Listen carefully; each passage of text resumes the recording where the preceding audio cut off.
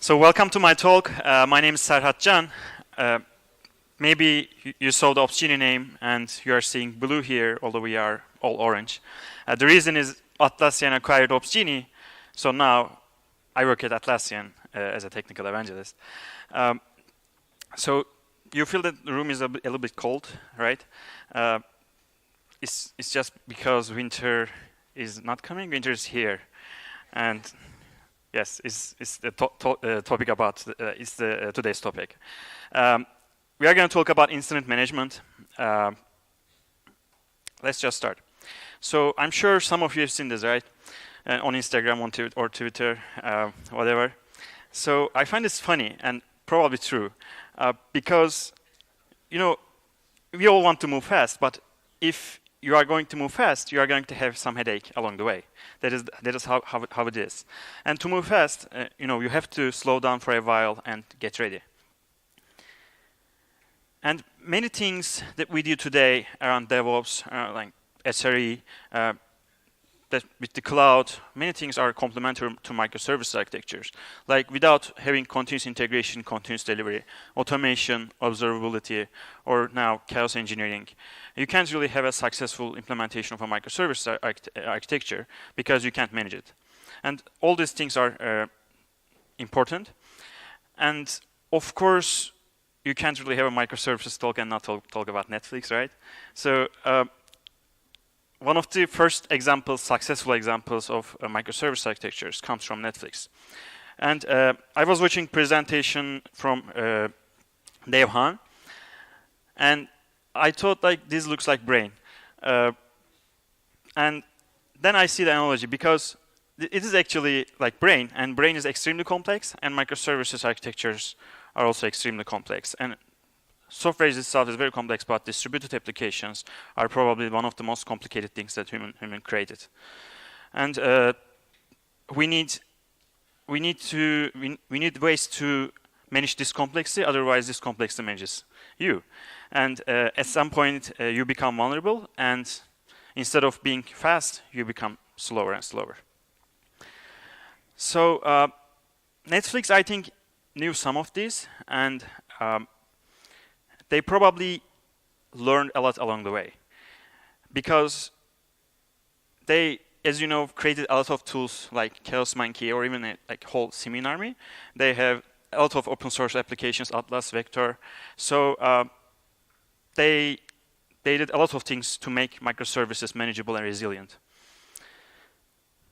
And things are so ephemeral and often complex in the big picture that preventing accidents aren't really a thing. So as stated in the site reliability workbook from Google, so it is basically more profitable to focus on speeding recovery than preventing accidents.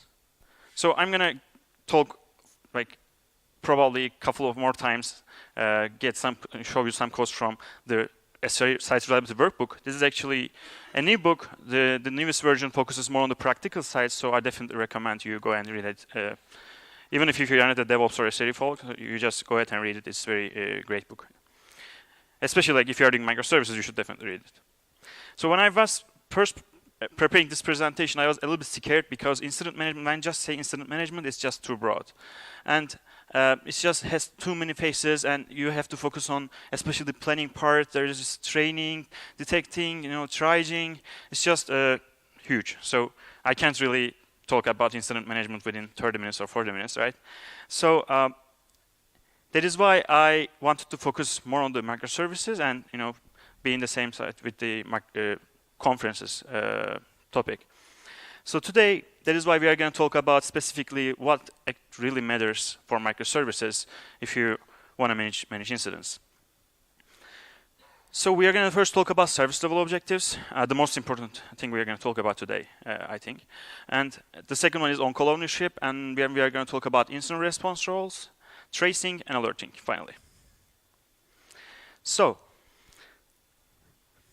first, service level objectives. Again, this is the most important title, part of the presentation, because service level objectives is about making data-driven decisions about reliability. Without service level objectives, you are just guessing. you need to make data-driven decisions, and this is the way to go. And Google come up with this 5 or more years ago, and coined the term SRE, and this is a site reliability. If you don't know, this is a site reliability engineering concept.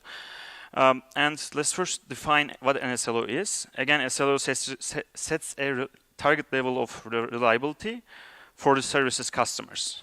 So what I mean by that is, above, you set a target. Above the target, almost all of your customers are happy. And below the target, your customers start complaining and maybe at some point stop using the service. And Andrew Clay Shepard, one of the let's say founders of DevOps movement, just tweeted about this last month, and I just saw this and just grabbed this and put it in my slide, because this is basically showing how important it is to learn more about and more about service level objectives. Because if you're excited about service meshes, and if you don't know what an SLO means, and then there's something wrong, because those services are going to talk with each other, and they need to have some sort of contract between them, because they're giving a service to another. So they SLOs matter a lot in that case. And again, you need to be data driven. And because we have limited time, I'm going to try to still show you some practical information. So let's just go with I think a good service level objective example and examine what are the why I'm calling this a good service level objectives. So our example is saying 99.9% of HTTP calls will be successfully completed under 100 milliseconds. So why is this a really good SLO? So the first reason is that the SLO focuses on user happiness. So our goal should be user happiness, and objectives should be about users and what they care about. And let me give you an example. For example, and you are probably right that like test coverage is very important for engineering teams, right? So if you say like 80%, you need to reach 80% test coverage, this is probably important for resiliency. I agree with that, but from a customer's point of perspective, from a user's point of perspective, this means nothing.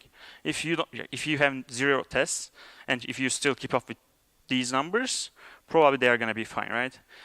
So the point is you should focus on user happiness and should define service level objectives from user's perspective. And the second reason is that basically accepting 100% reliability is the wrong target.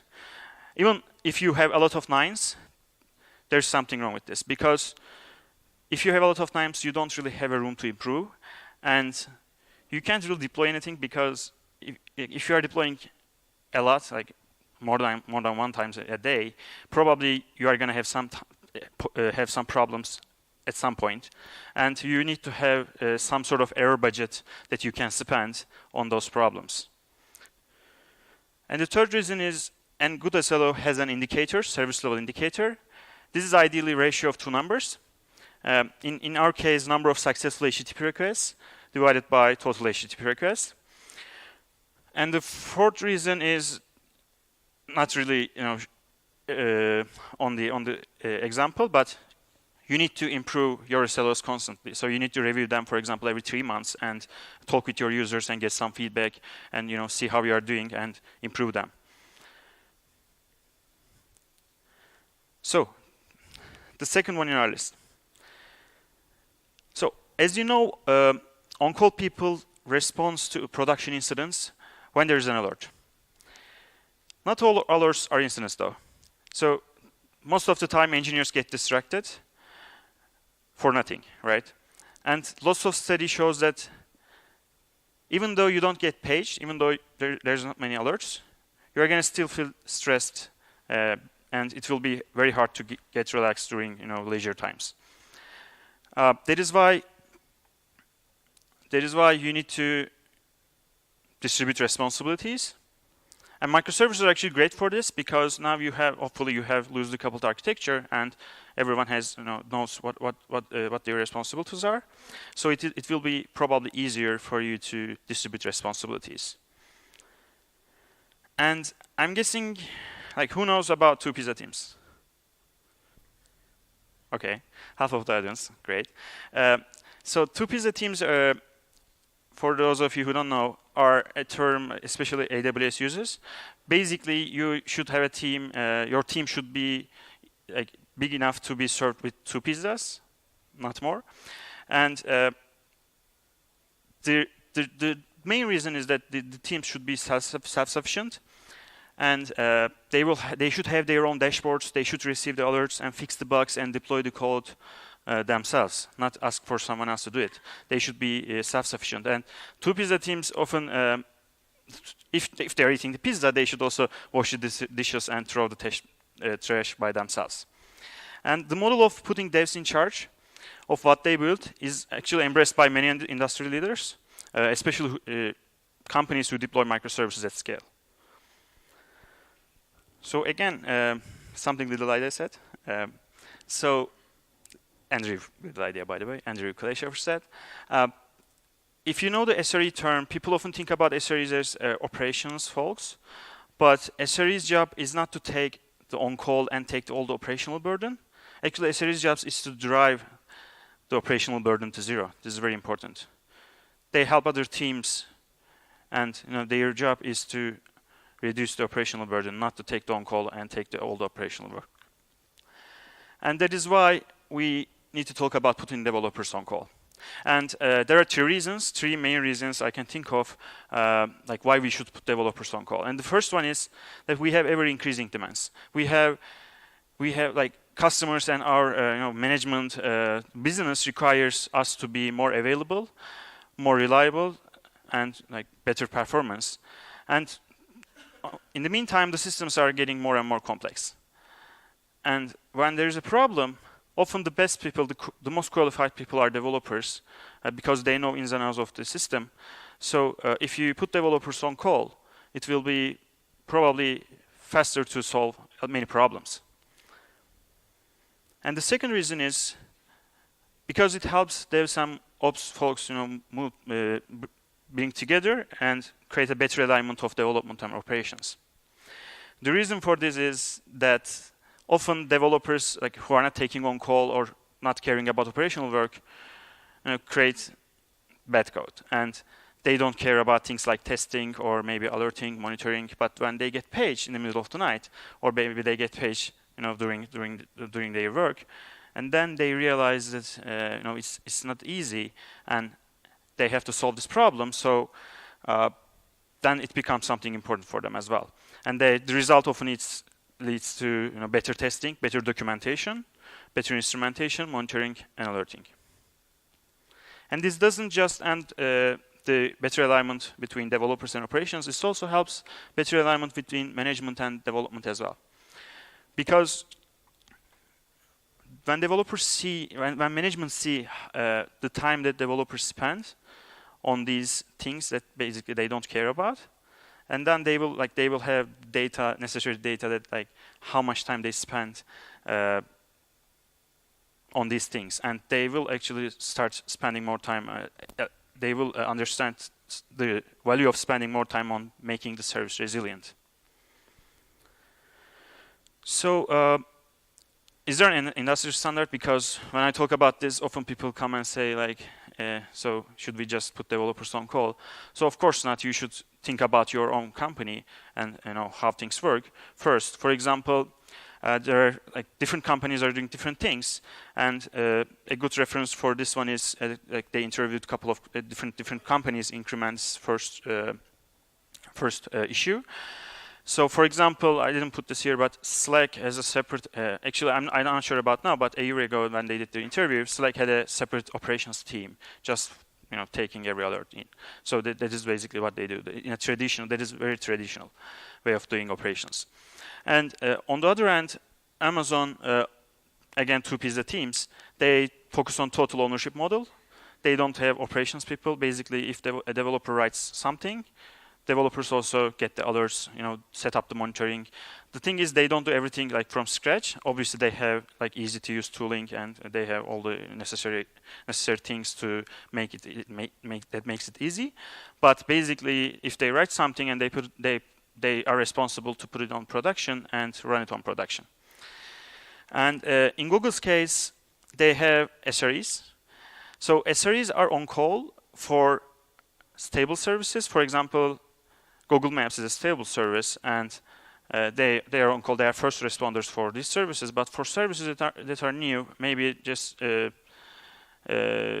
are just didn't like services that didn't prove themselves. Let's say developers are first on call, and they get the alerts. And if those thresholds aren't met, SLOs aren't met, and SREs have the option to give on-call back to developers, so they're very powerful in that sense.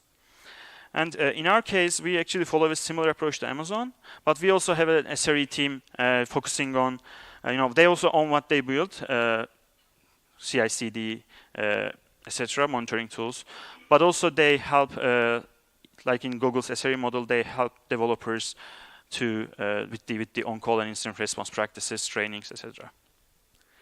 And one of the most important thing is, we are talking about incident management, but this is very important, and this is from the site Reliability Workbook, again, Google's new book, that we should never achieve reliability at the expense of an on-call engineer's health.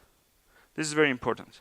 And that is why I talked about like distributed responsibilities, because it helps a lot.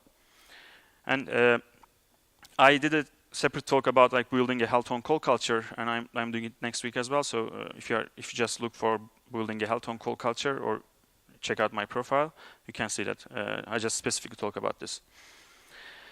So the next one in our list is incident response roles. So most alerts are easy to solve with, like, if you have runbooks or clear guidelines on how to act.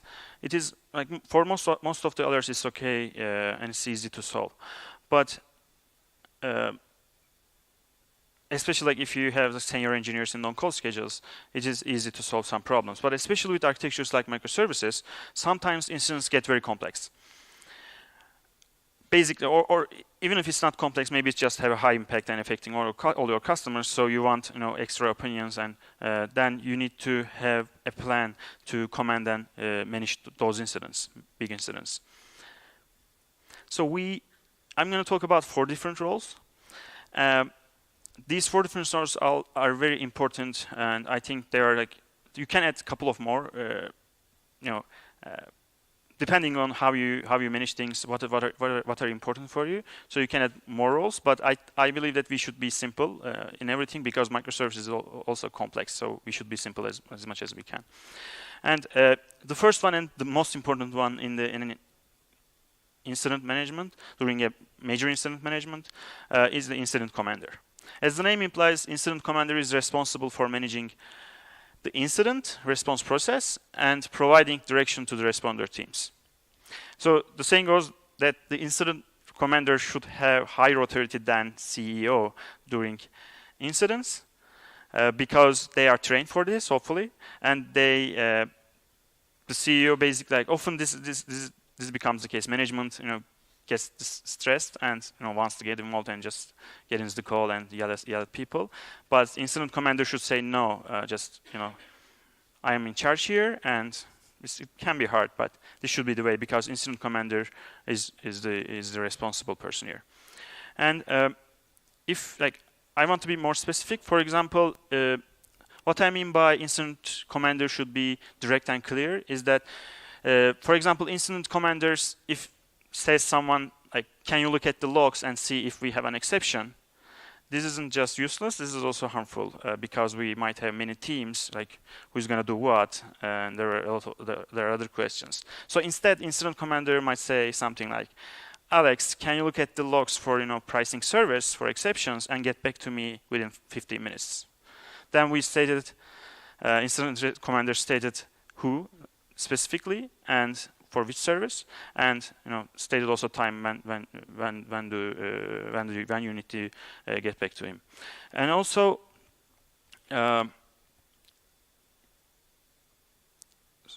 okay, so the second one is the communications officer. So if we are talking about microservices, we are serving to others, right? We have servers, and that is why stakeholders communication is very important, very key. Because often people, I think, can forgive downtime, but they're not going to forgive being left in the dark and not having any insights on what is going on. So you need to communicate incidents clearly. So this is why you should not just have public status pages, you already know that. Also, you should have internal status pages as well for different services within microservices architectures. But one of the main reasons, for example, let's say if you have a really bad day, like if you know that your service is going to be down like for another 2 hours because you are maybe just reloading your data, or might be like something worse, then if you don't communicate this, then people will just wait and see if it goes or not. But if you communicate this, and if they have a backup, and then they might decide that let's just switch to the backup provider and see how it goes, because switching to backup providers can be dangerous. But you already know that it's not gonna come back, so they can do it. The third one in our list is Scribe. So Scribe is responsible for documenting the whole information related to incident and response process. And so you might think that we can automate this with Slack and just, we are already discussing everything on Slack, but it doesn't work that way during major incidents. It's just get too crowded, and also people often want to talk, not just write from Slack, because it's just way faster.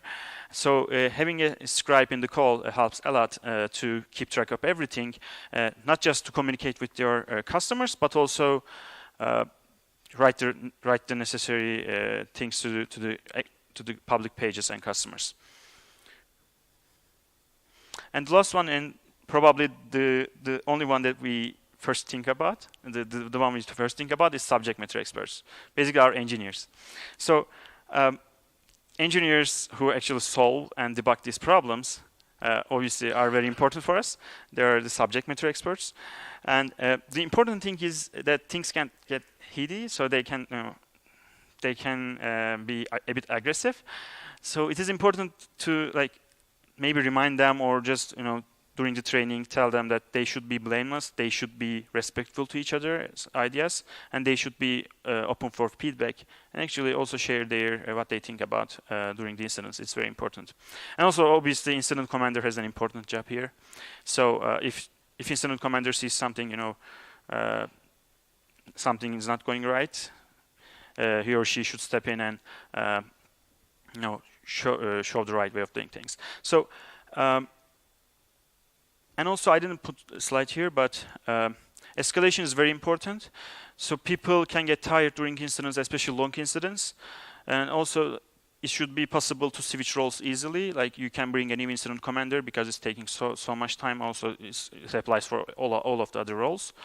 And also, you shouldn't hesitate bringing more people in because it is better safe than sorry, right? So the fourth one in our list is tracing. And I believe one of the biggest challenges in microservice architectures is monitoring. And simplicity in monitoring is key, as always. And without basically doing proper monitoring, doing microservices is also insane. And tracing is actually a very good way to monitor microservices. So what is tracing? So tracing is a powerful way of observing what is happening in a microservice or an entire system. Tracing helps troubleshoot latency problems. And you can do it within code level or service level, or maybe better both. So I really like this tweet because this was exactly what I was talking about when I was looking more into this distributed tracing thing. So if you are a developer, you should never know about tracing libraries, unless you want to add some custom data onto traces, because it's gonna make your code ugly. Then you are adding something that has nothing to do with your business logic. So it should be, if it's possible, you should never think about or see tracing libraries or code, unless again you want to add some custom data. So I'm going to give you some examples from AWS X-Ray. The reason I'm showing X-Ray is that so I used it, and that is the main reason. We use it especially for our AWS Lambda services. So this is a manual way of doing things. So again, sometimes you might need to do this, but you shouldn't. But if you want to add some custom data, again, this is how it goes. And normally, going back to this automated thing, for example, you can just add the global recorder, and AWS X-Ray library will start to record everything with the, for example, HTTP requests. And let's say if you are using DynamoDB, NoSQL service of AWS, it will automatically trace all the calls going to DynamoDB, and it will show it nicely. And also you can have additional data on the traces, like table's name, and you can add more if you want. And also, if most of you are, for example, probably Java developers. I myself am a Java developer as well. So if you are using, for example, Spring Framework, they have a library, for example, and you can easily see like request flows within your code from controller to service to repository level of all the function calls as traces, which is very, I think, valuable. So this is how it looks when you put those traces in. You can easily show how the request flows between different services, even if it's DynamoDB or another service. So it's very easy to spot latencies in this way, or maybe this could be a little bit better just from a visual perspective. So they have often service maps as well, so you can just see the red lines, like what is happening there, and click that and drill down and see more details. So I think I passed that part, but there are some other libraries as well. So there are Jaeger, especially Jaeger is pretty cool. There is open tracing that defines like a generic way of how to do tracing, and Jaeger also implements open tracing. There is OpenCensus from Google. So you can take a look at those as well, if you're not an AWS customer especially. So the last one in our list is that page or tickets. So again, alert fatigue is one of the biggest reasons people fail at doing a good job at incident response. Like we get so many useless alerts, we don't. At some point, people just give up and stop responding to alerts, and that is when it gets more dangerous. So that is why you should spend time on your alerts. That is very important. So going back to the service level objectives, we should be data driven as much as possible. For like this is the case for everything. We should be data driven about also when to page people. And service level objectives is a good way. Actually, the Site Reliability Workbook has an entire section just titled as Alerting and SLOs. So I suggest you read it, but I will just give you one example to show you how it works with the SLOs. So there are 6 ways in the book. This is the first one. So if you have, let's say, decide that you should alert when target error rate is bigger than SLO threshold. What I mean, for example, is the SLO has 99.9 target over 30 days. Let's say you are aiming 99.9 over 30 days, and you can create an alert if the error rate is bigger than 0.5% over 10 minutes time period. So this is very easy to understand and easy to implement probably, but there are some pros and cons to this. Like every other 6 different ways of doing this discussed in the Site Reliability Workbook has some pros and cons discussed as well. It's the way it's the way it goes. And the pros for this is that this has like a very good detection time. So if you have a total outage, it will just take 0.6 seconds for an alert. You will get an alert immediately. And this alert actually fires any event that threatens the SLO. This is exhibiting good recall. And the cons is actually the cons I think is in this case bigger and more important, but it's easy to implement and understand this. So the precision is very low. So this means that we can get a lot of alerts, unnecessary alerts. for this one, 0.1 error rate for 10 minutes. So you have 0.1 error rate for 10 minutes, and you get an alert. And this only consumes 0.02% of the monthly error budget. So you don't really, most of the time, have to respond. And taking to this extreme, you can receive up to like 144 alerts a day, every day, and not act upon any of these alerts, and you will still meet your SLO. So you can get alerted in the right time, but you can also get a lot of alerts unnecessarily. And also, in the site reliability workbook, they also mentioned that it is better if you should spend some of your error budget. If you don't spend, people get comfortable and don't do necessary things to have that. They don't care about the backups because they just think it's very reliable. And then you also can spend your error budget with things like chaos engineering, for example. So the second one is leveraging severity levels. So Atlassian put their incident response process open source. They put it on their website, so you can take a look at it. It's just there are a lot of things that you can learn from.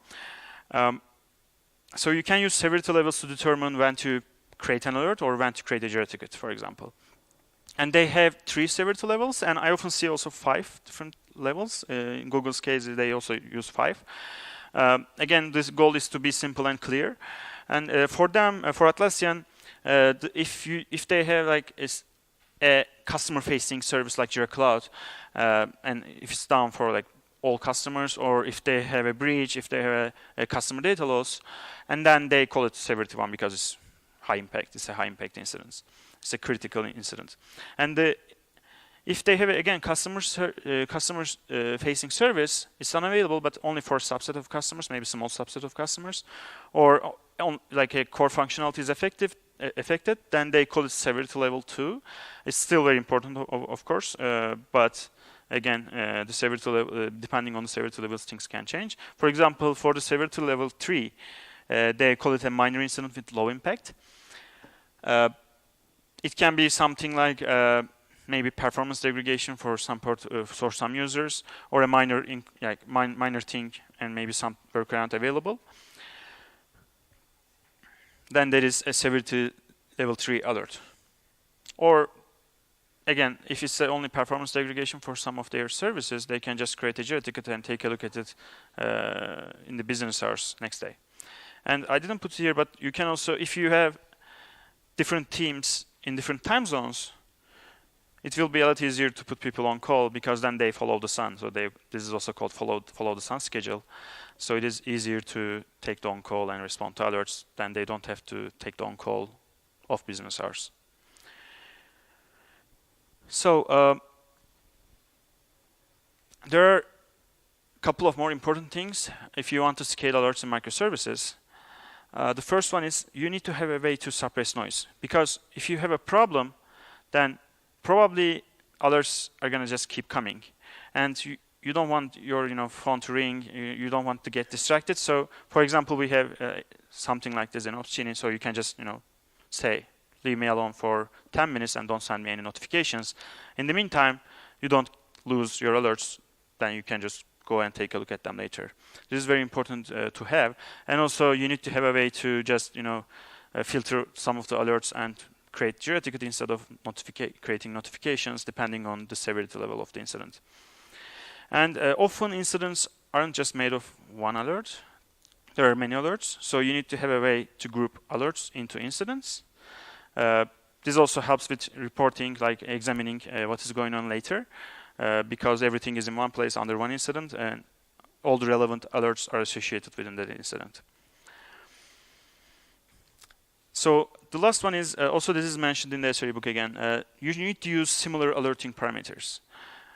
What I mean is that if you have 100 services within a microservice, for example, if you have 100 different microservices, and if you have like different alerting parameters for all of them, this quickly like accumulates toil and that adds cognitive load that doesn't scale.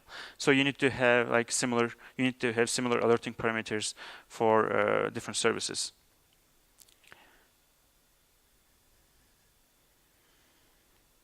So at the end, so we want to move fast, then we are going to have some problems along the way. And when we think about production ready, we say like we write the test and we tested it and then we push it and it's production ready. It's not. Nowadays, production ready, especially if you are using microservices, production ready means you can detect and fix problems early enough to keep your customers happy. And this is also what we talk about with service level objectives. So the goal is to keep your customer happy. Again, I talk about especially the most important things if you are going to microservice architecture today. So let me share some useful links. Again, you can take a look at the Atlassian Incident Handbook. You should definitely read Site Reliability Engineering if you are doing any microservices work. It's not just an SRE book, it's not just a DevOps book, it's very important for microservices as well. And you can take a look at the increments first issue, just specifically focusing on call. I think it's very useful as well. Again, referencing the workbook, but you can also, so I read this one is called Incident Management for Operations. And this book is about like how firefighters respond to incidents and how you can apply those practices to IT incidents. So it's very, like if you especially want to, if you have a lot of services and if you want to like define roles and define how people should communicate, this is the book. So you can take a look at this. So that's it. Thank you very much.